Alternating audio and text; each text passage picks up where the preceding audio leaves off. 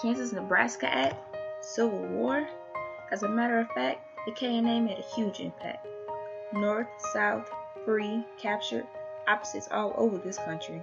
But we all want land, freedom, opportunities, balance, and money. So let's see if we're even able to get that far. This country doesn't need to be like a seesaw, so Congress came up with a special law. This thing called the Missouri Compromise was used to organize the free enslaved states. It prohibited slavery north of the 3630 latitude, but that messed with the Southerners' mood. But the ballots in the Senate would also be saved. The government got so tired of hearing about slavery that they banned all discussion about anti-slavery. Shutting your own people out, citizens wanted to be heard, so they went a different route. Division and more division, but the U.S. had a vision. What about ending war with Mexico, with the compromise of 1850? Yeah, we have Cali as a free state, but everything still isn't great. That imaginary line. Let's just ignore that divine line and refine this country. What better way to refine the country than to have the citizens choose free or slave states through popular sovereignty? That's where the K&A comes into play. Congress passed this on May 30th, and woo, what a day that was. And guess who was mad?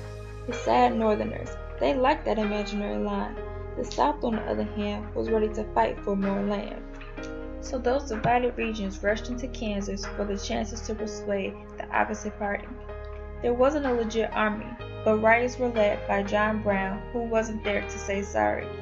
Brown was like Cobra from Dawn of the Planet of the Apes, going to Harbor Ferry to steal guns and stop all escapes. Bleeding Kansas. Kansas is bleeding. The death toll is exceeding while everyone is bleeding. All this violence, all this separation, and we're supposed to be a united nation? It's going to get worse in the States as we constantly watch the death rates.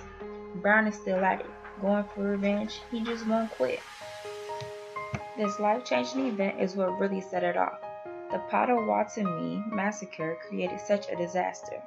200 people gunned down, beheaded, sliced and diced, blood is shed all over. Brown had to pay the price.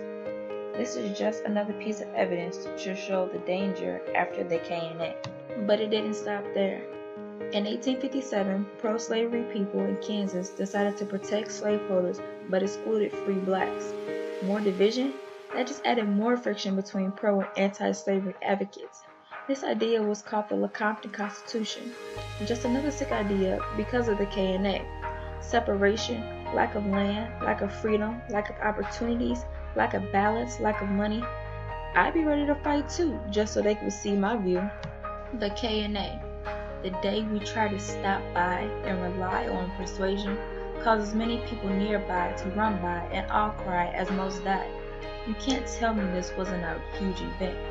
All the time spent on torment, this is just the start of something bigger. I wonder who's going to be the overall winner.